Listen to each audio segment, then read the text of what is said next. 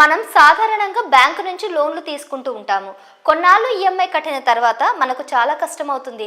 అప్పు చెల్లించలేకపోవడానికి అనేక కారణాలు ఉంటాయి. మీరు ఊహించిన ఆర్థిక ఇబ్బందుల కారణంగా ఈఎంఐ చెల్లించలేక ఇబ్బంది పడుతున్నారా? ఇక అలాంటి ఇబ్బందులు ఉండవు. ఎందుకంటే ఈ అప్పుల కారణంగా చాలా మంది అనేక వేధింపులకు గురవుతున్నారు. చాలా మంది వేధింపులు తట్టుకోలేక చనిపోతున్నారు కూడా. అలా అప్పులు తీర్చలేని వారికి రిజర్వ్ బ్యాంక్ ఆఫ్ ఇండియా శుభవార్త చెప్పింది. ఇంతకీ రిజర్వ్ బ్యాంక్ ఆఫ్ ఇండియా ఏం చెప్తుంది? పూర్తి వివరాలు ఇప్పుడు తెలుసుకుందాం. ఆర్బీఐ ప్రజలకు ఇలాంటి పరిస్థితుల విషయంలో సహాయం చేయడానికి మార్గదర్శకాలను ఏర్పాటు చేసింది. ఈఎంఐ సరిగ్గా కట్టకపోతే పోలీస్ కేసు పెట్టి జైల్లో వేయిస్తామని లోన్ రికవరీ ఏజెంట్లు వేధిస్తూ ఉంటారు. అయితే ఈఎంఐ కట్టకపోవడం అనేది అసలు క్రిమినల్ నేరం కాదని తేల్చి చెప్పేసింది ఆర్బీఐ. మీరు లోన్ను డిఫాల్ట్ చేసినందుకు ఎటువంటి జైలు శిక్షను ఎదుర్కోరు.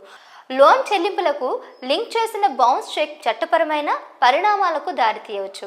కానీ కేవలం ఈఎంఐని కట్టకపోవడం మాత్రం మిమ్మల్ని జైలు పాలు చేయదు.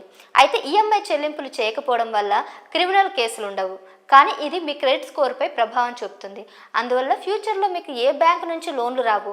ఒకవేళ లోన్లు వచ్చినా కూడా మీరు ఎక్కువ వడ్డీని కట్టాల్సి ఉంటుంది.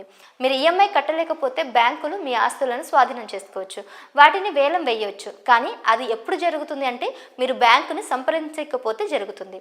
మీరు లోన్ కట్టలేక ఇబ్బంది పడుతున్నప్పుడు ఖచ్చితంగా బ్యాంకు వెళ్ళాలి, మీ సమస్యను వారికి చెప్పాలి, మీ లోన్ తీర్చడానికి పరిష్కారం అడగాలి. అప్పుడు బ్యాంకు మీకు పరిష్కారం చూపిస్తుంది.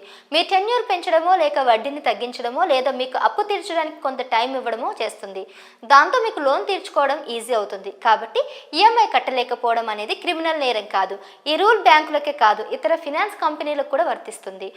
మీకు ఈఎంఐ కట్టడం ఇబ్బంది అయితే ఆర్బీఐ రూల్స్ ప్రకారం మీరు బ్యాంకుకు వెళ్ళి ఆ సమస్యను పరిష్కరించుకోవడం మంచిది. ఇక ఈ సమాచారం గురించి మీరేమనుకుంటున్నారో కామెంట్ చేయండి.